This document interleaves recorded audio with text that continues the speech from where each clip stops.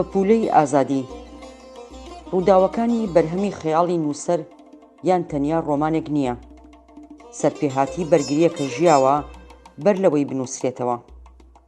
لە کاتی خوێندنەوەیدا درک بەوە دەکەی کە لە ڕۆمان واوەترە و درک بەوەش دەکەی کە چی ئێش و ئازارێک بەر لە پەتی سێدارە بە ڕۆڵەکانی کورد چێژراوە.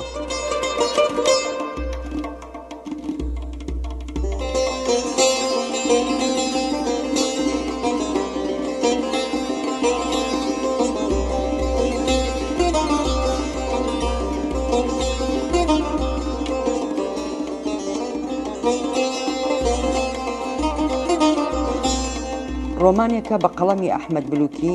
قارەمانی ڕۆمانەکە خەیاڵی نییە، بەڵکو ڕاستیە.